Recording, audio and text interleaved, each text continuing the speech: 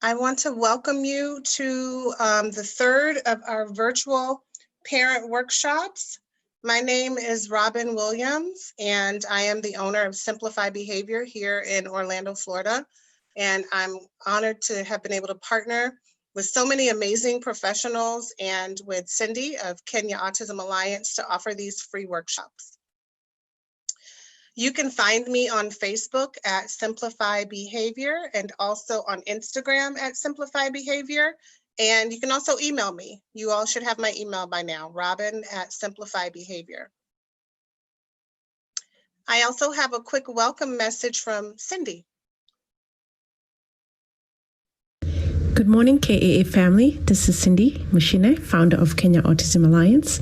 I wanted to take this time to say a huge thank you to Robin, Landria, Shanaria, Perpetua, Helen, and Dr. Katie for facilitating these wonderful workshops. I know that you guys will be empowered, and I cannot wait to hear all about it. Have a good day.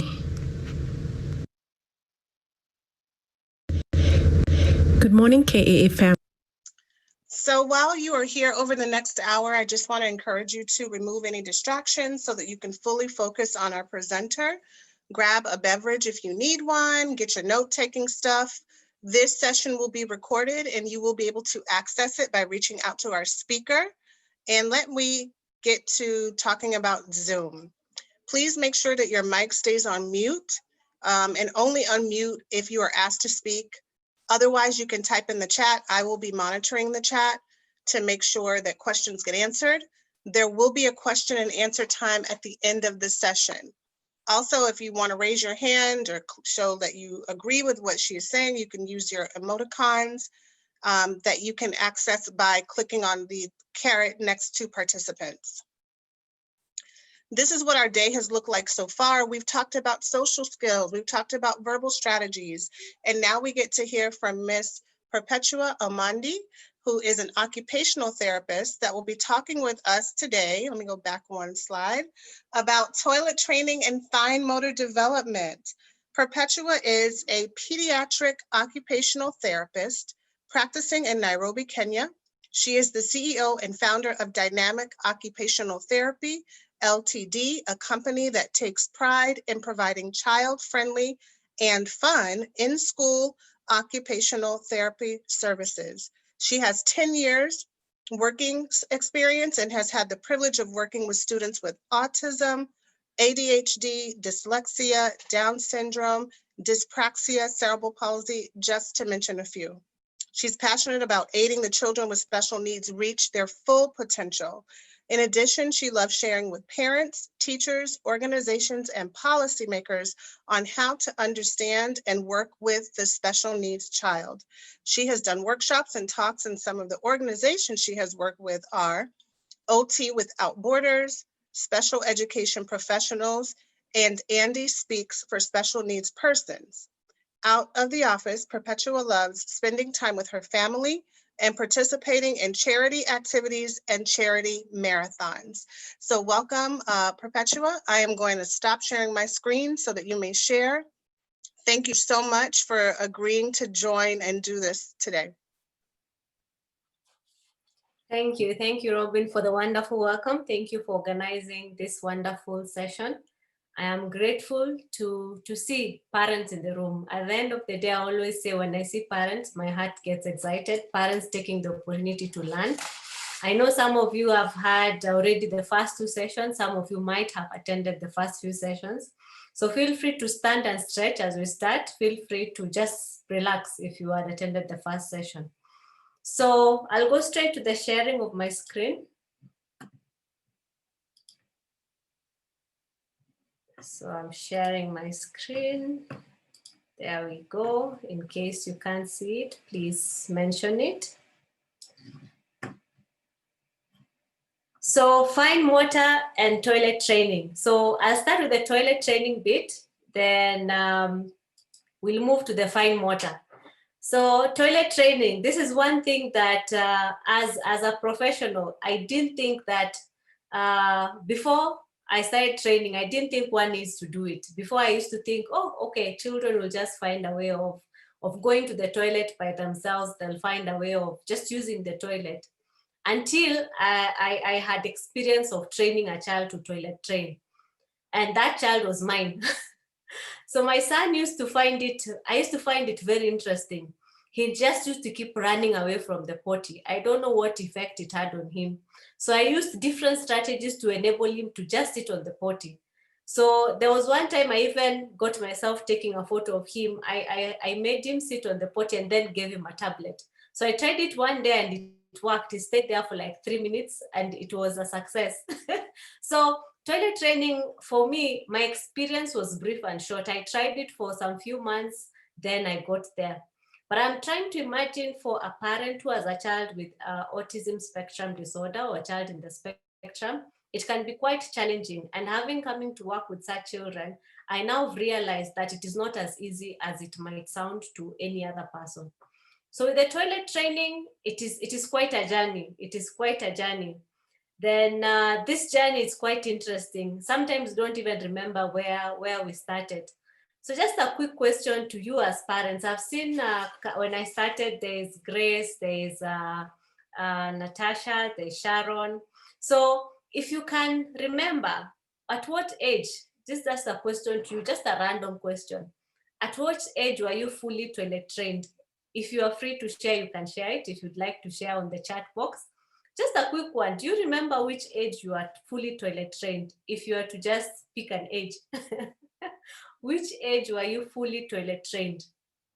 So throw it in the chat box. If you can't remember, just say, I can't remember. If you can't remember, just write whichever age. So which age were you toilet trained? If you can remember, which age were you toilet trained? To be nice, yes, you have no idea. Sharon, Natasha, even Robin has said I have no idea. Grace, you've also said it should have been quite early, isn't it? So the interesting bit with toilet training is that our children will never remember at what age they were toilet trained. Even us, we don't remember what age we were toilet trained, but at this point we know we went to the toilet. And also, we can also remember some of the accidents we had in terms of toilet training when we were much older. When you were maybe age 7, 8, you can remember your accidents. So the thing is with toilet training, I can say is that one, let's try. I'm just saying try, not to panic. I know it is quite a challenging thing to be able to try and toilet train. But if even ask, we can't remember at what age you are toilet trained, one time, your child will get there. So when we start this discussion of toilet training, I want you to be at ease, is that it will come, the stage will come, and the beautiful thing, the child will not remember. But I'm sure if you asked your mom or dad which age you are toilet trained, they will give you the answer. And some of you might be, or some of even me, I might be surprised maybe how long I took or even how short I took. So the thing is, as we start, we just relax, we try not to panic. Even with the time it takes to toilet train, we try not to panic. So as we progress, I want to know from your feedback as parents and caregivers, how old is your child? And we'll do this with a poll. So just getting to know how old is your child and what are your current challenges that you have with toilet training. So kindly answer the question. The first one, how old is your child? So we have age ranges. So I get to see and even know which more strategies can I add in the discussion as we go. So I'm seeing a lot of 2 to 6 years. That is a good one. So if everyone has voted, so I've seen 2 to 6 years. Yes, the votes are increasing. So 2 to 6 years, that's the age range. A few of 7 to 11 years, that's a good one. 7 to 11 years. Then, 2 to 6, I think majority fall in the 2 to 6, okay? So that is our first one, that we now know the age ranges we are working to toilet train. And the 2 to 6 year old, this is quite a right age for the toilet training. For the 7 and 11, it's just that now we just keep on working on it, it will come. But I'm happy there is no 11 years and above, because that one is it takes a different skill set to be able to toilet train. So then we'll do the next question. We'll do the next question on the poll. So we did the how old is your child? Okay, give me just a second. I'm going to start it in just a second. Here we go. Here's the next one.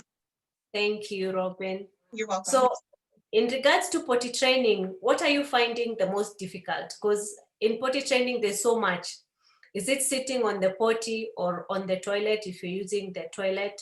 Is it setting up the routine? Is it teaching the children to clean themselves up after using the potty?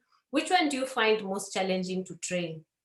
So with this one, I'll be able now to give strategies according to your answers, because you are the people in the room. So you are the people I'll give strategies to. But also even those who see the recording, if you now have a child in that category that has been filled, it will be a nice one, because now you get strategies.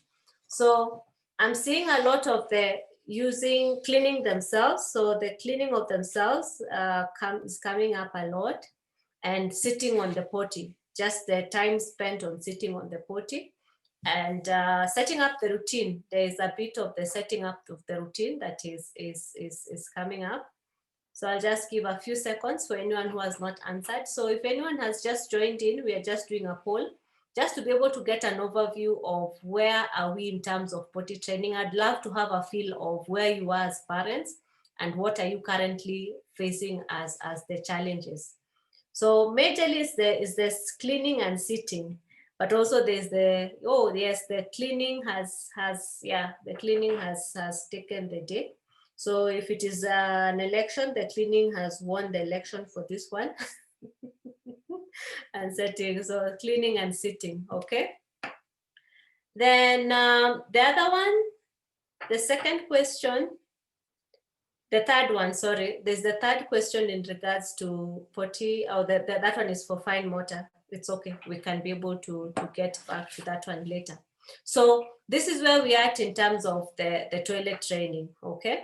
So the main one is just maybe getting the child to sit and attend, getting the child to be able to wipe themselves. And the age range is a very nice age range. So I'll commence by starting with the resources that are on KAA. So this is just one of the resources I found on the KAA page, because I said, as parents, you already have resources. So what I'm going to do is building up on the resources that you already have, okay? Then the resource is called Toilet Training, a Parent's Guide. So I just picked up some few highlights in this document. It is a well-detailed document that has everything that you might need to know in regards to toilet training. So what I liked about it was that the author highlighted the various factors that can affect toilet training. And some are difficulty in dressing. Then I also like what Lorna has put in the chat box, is that the child having to say, the challenge in language, getting them to communicate when they need to go to the toilet. So that one was another highlight. The other one was more of sensory, where the child does not feel the urge. So they find they have just gone on themselves, and sometimes then they also don't feel the wetness. You know, what enables children to toilet train is when they get the recognition that I am wet, so I need to change. So that's what propels the toilet training. When the children get to an age where they feel, no, it's not comfortable, it's not nice to stay in soiled pants. So that propels toilet training. But if this child has this challenge that they cannot even feel when they are wet, or they do not even feel the urge to go to the toilet, then now toilet training is affected. So this guide highlighted the various areas that now affect toilet training. And those were some of them. The other ones were the clothes they wear. If the clothes they wear during toilet trainings are not flexible, some have buttons, some don't have the fine motor skills or the patience to open a button. So the clothing were also contributed as factors. So with the various factors that were highlighted, the things I would recommend to add from the book that was written, it's a very detailed guide, and this one was posted in the group and the resource segment. I think it's resource segment, and it was posted on February 4th, 2019. So if you'd like to go have a look, but you'll get the recording. So you can just go check February 4th, 2019, and you'll find it there. So what I can add to this is that one is consider the dressing. Make sure the child has clothes that can be easily pulled down and pulled up quite easily. Get them clothes that they can be easily removed, donned off and donned on. This one really helps with the toilet training. And then also with the donning on and off, it is something that you also have to practice, not only during toilet training, even during dressing. When they start dressing, when they get to dress, just encourage them to remove and pull up their shorts, their pants, whatever they are wearing, just enable them to encourage them to be removing their clothes. They're able to now just get to do it independently, because we had a lot of 2 to 6 year old. These are some of the skills they start learning, the dressing. So if they're able to practice this frequently, not only during toilet training, then it's a good skill. So when you take them to the toilet, because there's those in the guide, you find that they give nice breakdowns on how you introduce them to the potty, you allow them to sit, you take trips, like the trips to the potty. So as they go, when you tell them to remove, they truly understand what removing means. They truly understand that removing, it means that you need to pull it down, because now they have done practice with their ADLs, activities of daily living. They have done practice with their dressing. They have done a lot of practice. So that is one area I would like to mention, the dressing bit. Try and avoid buttons for the 2 to 6 year old. For 7 and 11, you can allow them. But if you're doing toilet training, I would say you try and avoid buttons. Zips are quite good, because zip is very easy. It's very easy to take down a zip. Velcro is also very easy. Elastic is the best, where you have pants that are very elastic. They can just pull them down. So elastics are very easy. So consider clothing. Clothing is one major one that affects toilet training. And at times it never really crosses our minds as parents, because for us, we just take our clothes and just remove and we sit on the toilet. But for them, you have to consider their fine motor skills. You have to consider their ability to put on and off clothes and how frequently they do it. So if you allow them to do it quite frequently, then they will be able to remove and put them on very well with time. So clothes is one. Then with the sensory challenges that they are not able to feel, the need to go to the toilet. So that's when we now do the routine and the timing. So if it is, we break it down 6 times, maybe 6 times in a day, you're able now to do the timing for them. And this timing, you're able to work around with everyone in the house or everyone who's around your child. Everyone knows at such spaces of time, let's say Mary needs to go to the toilet. So when that time reaches, Mary goes to the toilet. So if you find that a child is having difficulty in feeling the need to go, you have to create that time. And when they now sit on the potty, try and see if they can be able to sit for a few minutes. And that few minutes, you can get creative in how you can enable them to sit. So for me, I tried the tablet with my son and it worked. So I did it for some time, and then I gradually reduced the tablet during potty time. But I couldn't find any other way to make him sit on the potty apart from the tablet. So you can find creative ways to let your son sit on the potty they can be, how can I say it, nicely distracted. They can be nicely distracted, either with the nursery rhymes, with songs, with whatever they like, whatever is of their interest. You can enable them to just sit and let them focus on what they really like, but at the end of the day, they have achieved their target. Though it is not a very much long-term thing that you can't be doing it every time. So there's that weaning off period that you have to consider. You start weaning it off, like they sit the first 5 minutes, they have it. The next time they sit, they just have it the next 4 minutes. The next time is the next 3 minutes, they just have it. The other 3 minutes, they're just sitting. So you can find a way of weaning it off. So you introduce it, but don't make it as that. Without it, if you don't wean it off, it will be like, if I don't have it, I can't sit. Because once we realize that our children they follow a certain routine, when you create a routine, they follow it. So if we make the routine tablet and toilet for a continuous period of time, that is what they will associate it with. So even in school, they might refuse to sit on it or refuse to even go to the toilet because they don't have a tablet or whatever thing you are using. So you can see how you can wean it off for them. Then the other thing was highlighted, the factors was the change of the potty or the toilet. Because there's some moments, a parent reports that my child can sit in the toilet well in school, but at home they are having a problem. So when it comes to this is that you try and adapt and see what different thing does that toilet have that I can try and adapt it to make mine or feel or look. If there's nothing much you can do, then you just try use of different, if you're using potties, you can try use different types of potties. There are those ones they sit, there are those ones that look like a horse. So you can find something that would interest them that might be similar or that might be just new. Something that your child would be happy to sit in and go to the toilet or do what they need to do. There are some potties in the market where you press somewhere and it sings a song. I found that very interesting because I can imagine a child just sitting there pressing and it sings. That makes them sit longer. So if it's something that you can have the option of trying to see varieties that even if they have sound or light, it can be very good because it just increases the sitting time. So that was one of the factors that was also raised as a challenge with the potty. The other thing is that if the child is sitting on the toilet seat, some children find that surface cold.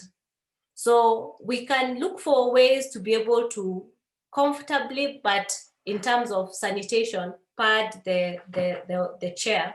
There are those disposable papers you can have. You can just pad it so that it's not as cold, because sometimes children don't like sitting on it because it feels cold. So also consider that. Then the other thing is in terms of also sensory is the smell. Some children don't like the smell of what they have just done. So what you can do is just get a scent. You know, there are those scents the child might like, maybe vanilla or something. You just have such like scents in the toilet. So the scent overshadows any other smell. So they don't get to feel that smell as strongly as they would. So scenting the place can also be good. Then the other factor can be fear. There are some children who fear falling inside the toilet. They feel it is not safe. So if the fear of the falling of inside the toilet is there, then just work with them with the potty. So let them work on the potty until they get that confidence. And the confidence is brought about slowly, where they can just sit on the toilet like the way you see that child has sat. You can cover the lid and they just sit. They discover, oh, if I sit, I won't go inside. So you can build it up slowly where they just sit first on the toilet with the lid on. And then with time, you show them that you pour things inside and you flush and they go. And with the time, they get to be aware of, even if I sit, I can't go inside. But if they still fear that way, you can put a small step in front. There's those small steps that a child can have that goes on just beneath their leg there so that their feet are grounded. Because at times it is their feet hanging off the ground that makes them feel, oh, I'm going to go inside the toilet. So you can ground their feet by just placing a small step in front of them so that they're able to step and they feel, oh, I'm grounded, so I can't disappear inside the washroom. The other one that is also attached to fear is the fear of the noise of the flushing. So if that is a fear, that is something that you can do when they leave the toilet. You can just ask them to stand at the door you flush. So they know, oh, after I finish with the toilet, I need to flush. So the flushing one is another one where they fear that sound is too much. So those are some of the factors that can affect the toilet training. The other one that also now can also affect toilet training is when the children play with their excretion. So you find that there are children who find it sensory-wise, find it fun to play with the excretion. So this one is quite a challenge. It's because the children are seeking a certain texture, but they are seeking it in the wrong place. So what I can encourage parents is you get that texture, but in a different format. So for example, if a child likes playing, with that, what you do is you get a similar texture. Like, for example, I can give you something similar is Blue Band. If parents or margarine, for anyone who's not in Kenya. So our margarine has that soft, really soft texture. But I hope I won't make anyone now stop taking margarine. But it just has the, it has a nice soft texture, yeah?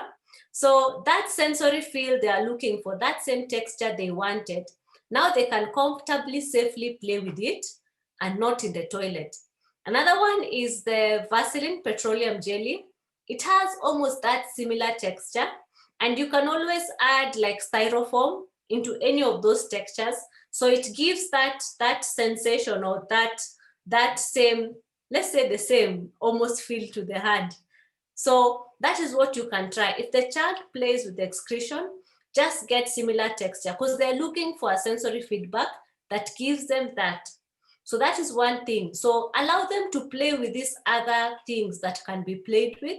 So by the time they are going to the washroom for those 6 minutes, they are not interested with what came out because they already have that opportunity to play with it. They already have that chance to have that feel in their hand. So that is just one area that I would also like to add in terms of toilet training. I always get that concern. My child plays with this, or they want to play, or they want to touch. How do I prevent it? So it's just exposing them to those textures. Then the other one is that with the wiping. The wiping also is quite a challenge. So with the wiping, I would start with how we get them to get the right amount of tissue. With the tissue, there you can use various approaches. You can teach them to count the boxes, how many boxes they can cut. Sometimes if you cut around 5-6 boxes for a child, that's okay, it can fit. Then there's the training on showing on how to fold them. Teach them how to fold the tissue, not crumpling it up. And this one can even be done outside the toilet as an activity, just a fine motor activity. Just get them to fold tissue and put them. I know some of us have gone to the city council toilet and you find that there's always a person sitting there folding tissue and putting them in a basket. So this one you can do as an activity with your child. Let them fold them and place them in a basket, and that basket can be set up somewhere in the washroom. It can be hung near the tissue where the tissue is hung, or just somewhere where they can reach. So this one gives them the direction that you just have this one piece, and then you have visual cues. So with all this, we need to have some visual cues stuck. So even this one, the parent's guide, it has some visual guides where you can cut, laminate them, and stick them in the toilet so that they stay a little bit longer, because the toilet and the bathroom and the area of washing hands, there's a lot of splashing of water.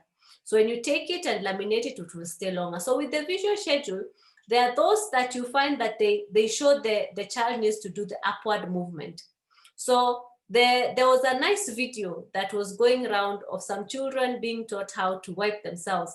And the person who was doing it was very innovative. They blew out 2 balloons and put them at the back of the chair. If you have seen that video, just type in the chat box "scene." So they put 2 balloons at the back, and then yes, good, Natasha. So Natasha said she has seen, Alison, good.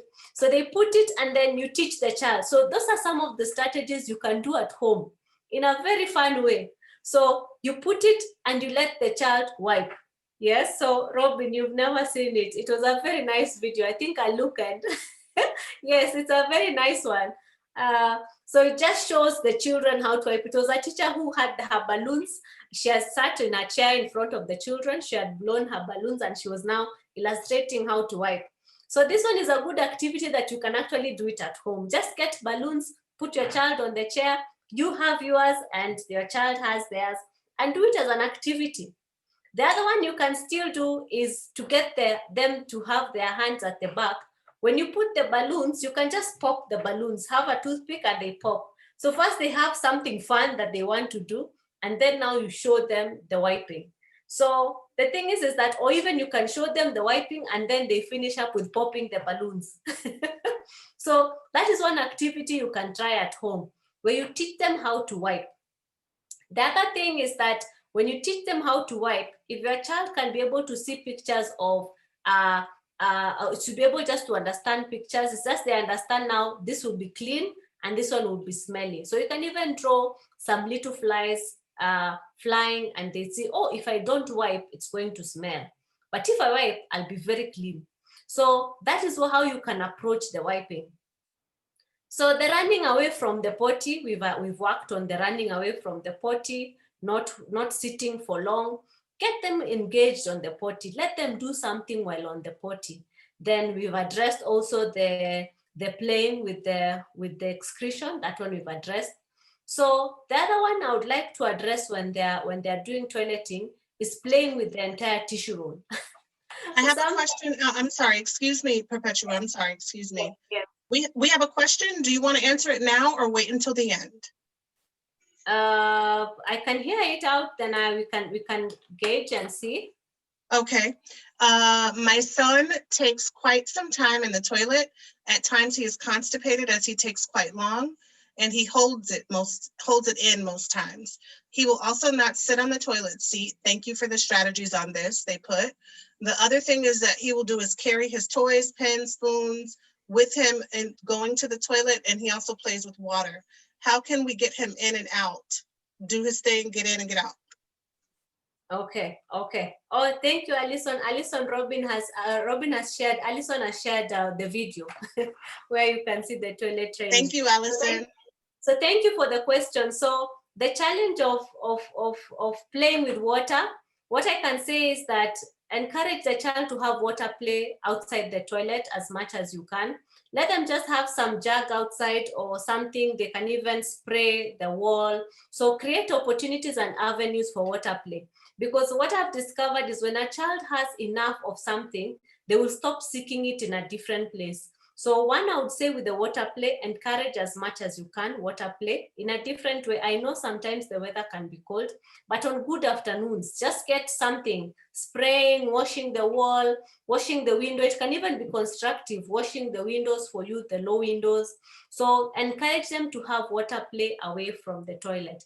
The other thing is with the constipation, and you're saying that they hold for long. So that one I would also recommend you still seek still further, because there's that one you can set routines where you go every time or have timings for it. If they're still holding it at that moment, I would request that you seek medical advice, because now if they're constantly getting constipation, then their digestive system is not working as it should. So even after you've tried the various strategies and they keep on holding, try and do a further consultation of what can you be able to do. There are times parents have had to use laxatives, but that's with guidance from the doctor. So if it stays for long and they really stay for long and they get constipated pretty much, I would go for further advice. So that's what I can add in regards to that. I hope I've answered a bit of where the question you had. So if I've answered a bit of what you are asking, then you can type in the chat box. But if you have any more, I can still add if you have any more. So great. So we'll continue from where we've left. So we've discussed about what we can be able to trial at home.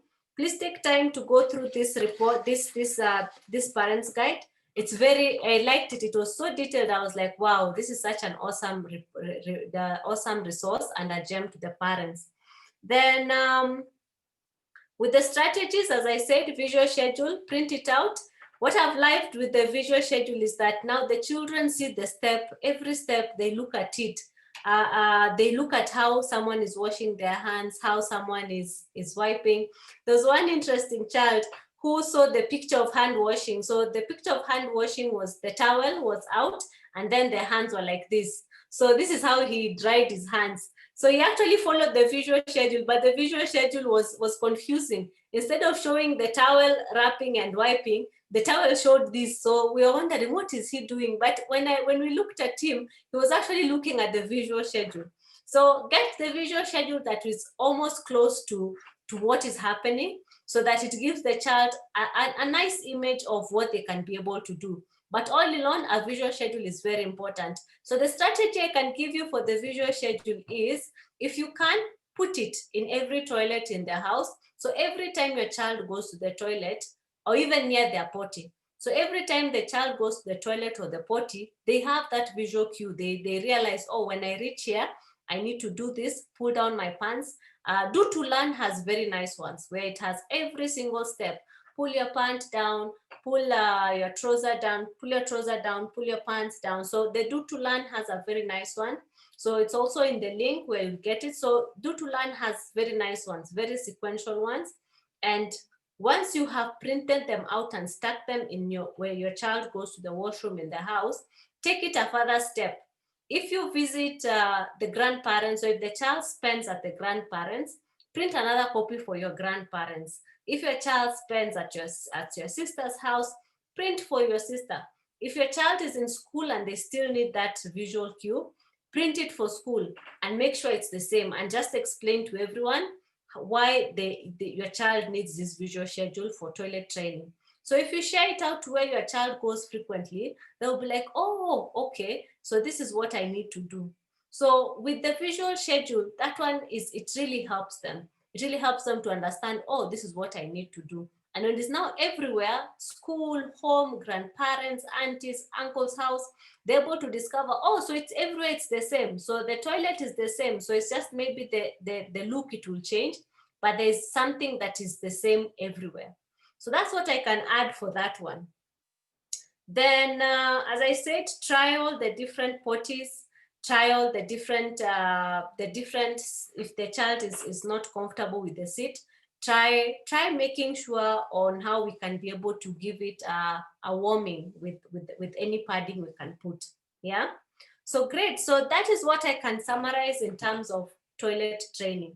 But these resources are awesome, because there's this one, and then there are other two resources on toilet training on KAA page, and they're spot on. These are advices that you find in any other field. If we are to do advices, this is what we share with parents too. So they are pretty spot on. I also liked how it has also the schedule. It helps you create that toileting plan. It gives you that room. It even has blank spaces where you go fill in the plan. So it's an amazing resource. I would encourage you, with those children who are having the challenge with toilet training, to trial it. And then we can always discuss also on the KAA page. Perpetua, I tried this and this is working. Perpetua, I'm still having challenges with this one. So this one is still nice, because we can also encourage and we can continue discussing and deliberating on this one. So in regards to toilet training, does anyone have any question? Because there was one question. I hope you're fully answered. In regards to toilet training, any other further question, any other concern that you might feel that has not been captured with this one, you feel free to post in the chat box, or even ask or unmute if you'd like. Feel free to discuss.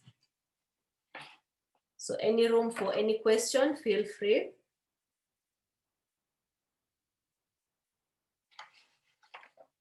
So good. So we are done with toilet training, but also, oh, there's one question. Oh yes, so my son undresses completely after he goes to the toilet. So how do you work on that? Okay. Oh, and it's a hassle to make him wear his trousers back. Okay, thank you, Natasha, for sharing. So with the undressing completely, so it is interesting because some children feel free when they don't have clothes. But the thing is that just getting him to be able to be aware that he needs to wear it back. Natasha, if you can kindly share your son's age so that I'll be able to know how to be able to work on that one. Turning 5 in December. Yeah, this is an interesting age, because at age 3, 4, 5, they like removing all their clothes.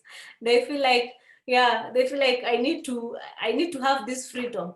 But the thing is, it's just that consistency. When you keep it consistent, then that is it. Make sure they just are able to be aware that even if you remove, you need to put them back on. If you remove, just put them back on. And then also you can do social stories. There's one I've put in the presentation. There's a link for Sesame Street where they just, when the little child is training and they're on the potty, they have their shirt, but they have pulled down their pants. So this is something you can also do. Keep them showing the small videos for toilet training where they're seeing children having their upper clothes and the lower clothes is the one that has been pulled down. But the consistency of just helping him dress back, that is what is important, where he knows, okay, after I finish immediately, I just dress back. Because it's quite an interesting thing to notice that also Grace has mentioned that her son does the same thing. So it's the thing is that we have to keep on just the consistency. So for you, maybe in the visual schedule, you have to get one and show and highlight where they have their upper clothes on. And also highlight that when you finish, you have to put on your clothes. So Natasha is just consistency. You have to just be consistent, keeping him to dress. So even with people who if you're not around, and Grace, if you're not around, if there's anyone helping you with your child, just let them know that immediately they finish, help them put their clothes back on.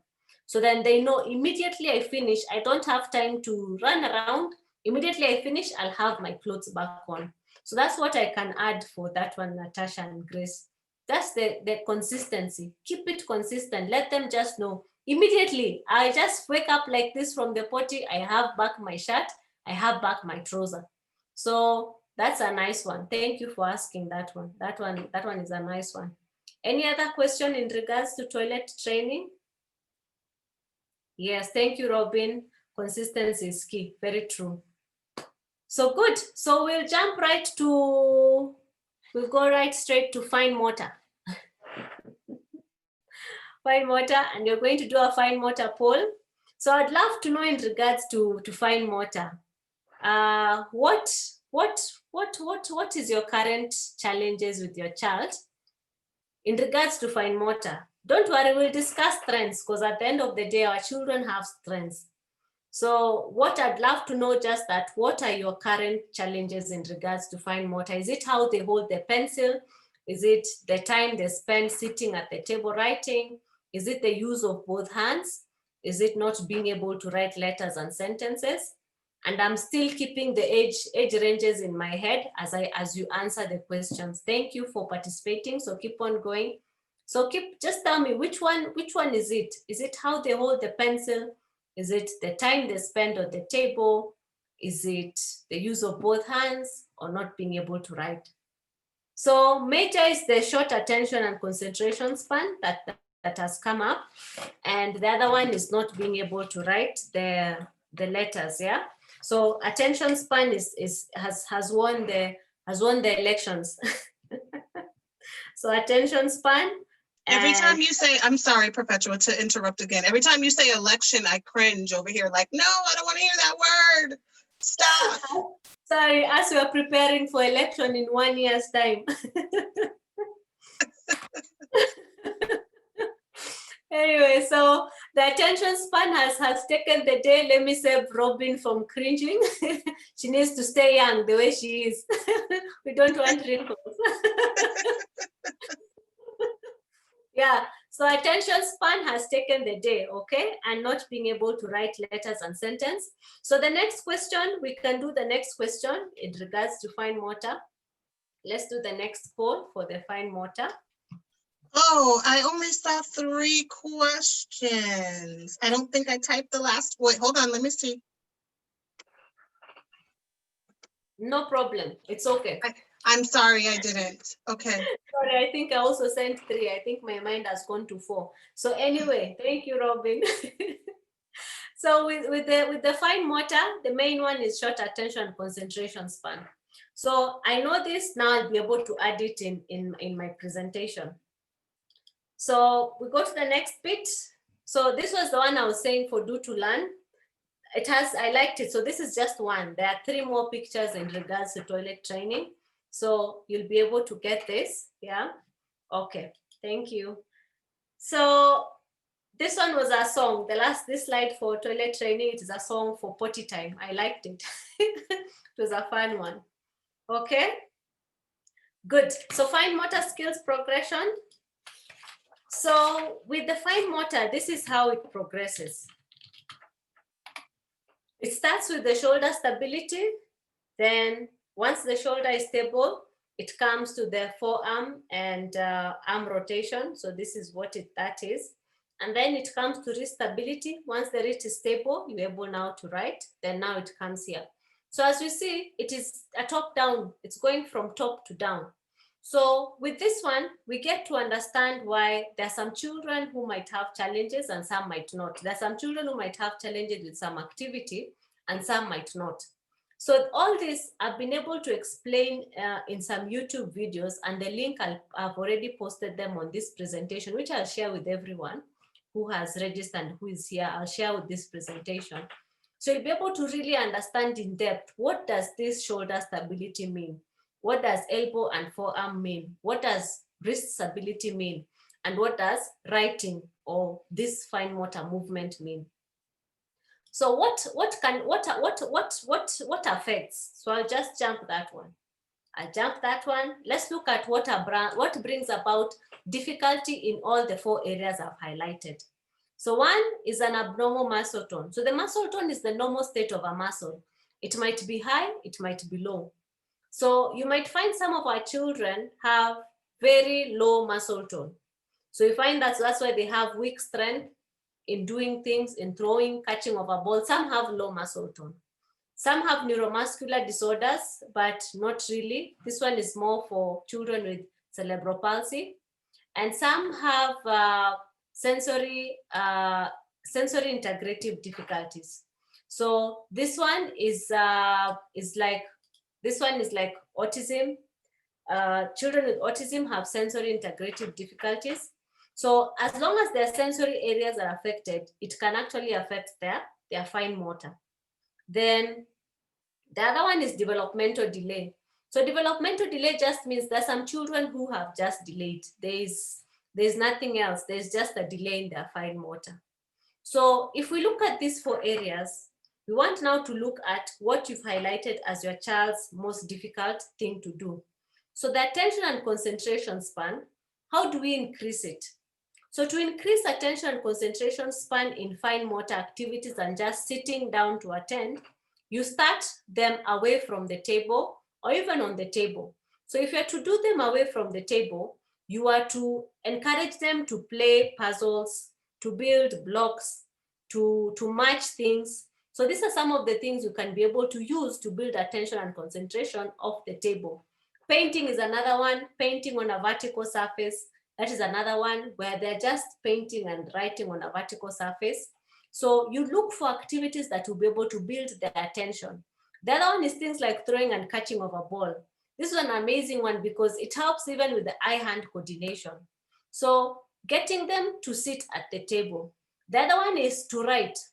The one for writing, I would like to encourage parents in this group to be able to consider that actually writing of letters starts at age 6 and above. That's when the children can be able to just have that fine motor movement. So if we were to make them to write earlier, we are telling them to jump several steps to be able to write. So I would tell you to work on just drawing, scribbling, tracing, but not really write the letters, because that is a higher step in regards to fine motor, and they are not yet there.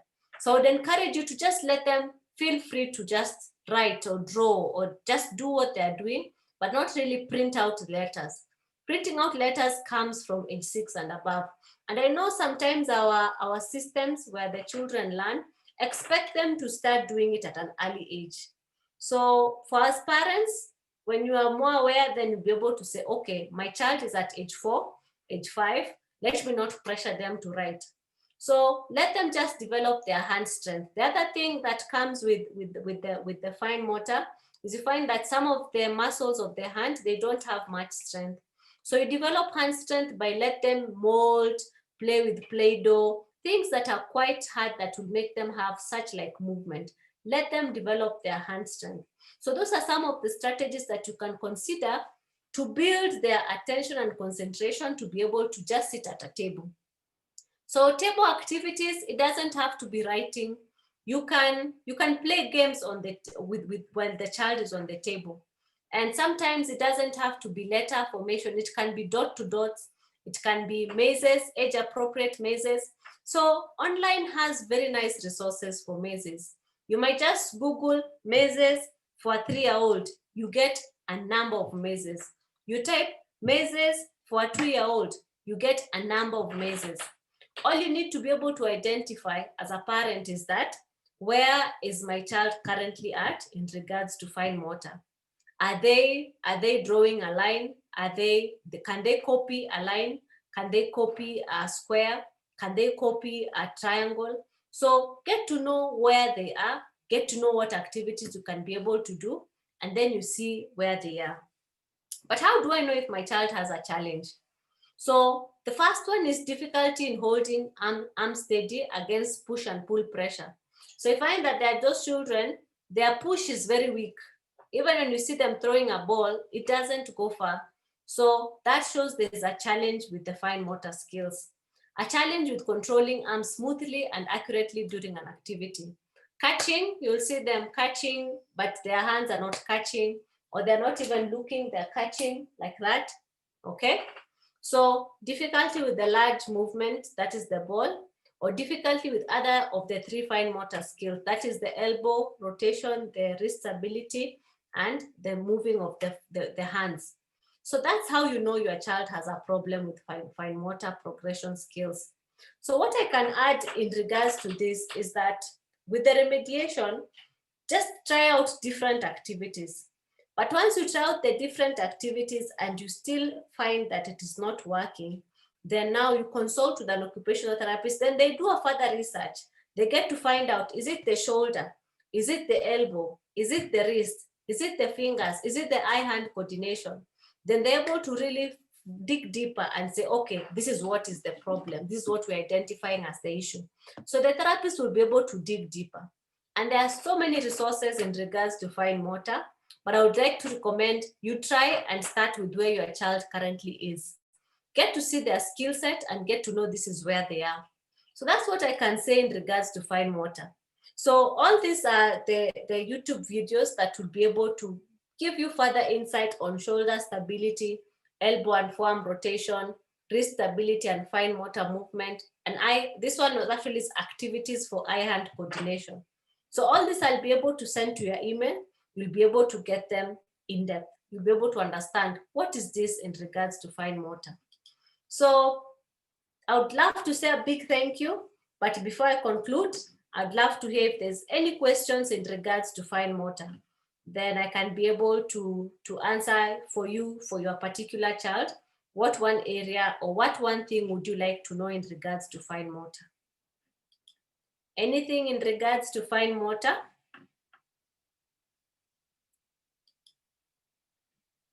So fine motor, anything in particular in regards to fine motor? Any questions? But always feel free to get in touch. Always feel free to tag me on a post on KAA. I'll get back to answer it. But that is fine motor in a nutshell, and that's fine motor development. That's how it comes and progresses. So in case of any questions, I'm here. So any questions in regards to fine motor? But there are so many things you can do at home, so many things you can use at home to build fine motor. My recent favorite is the tissue roll. You just make small village people where you just take the tissue roll, cut it up on top, do a bit of painting, draw pictures, faces. The children can create an entire village out of tissue paper roll. So by and large, that is it. If there's no further questions. Thank you so much, Perpetua. Your expertise is amazing.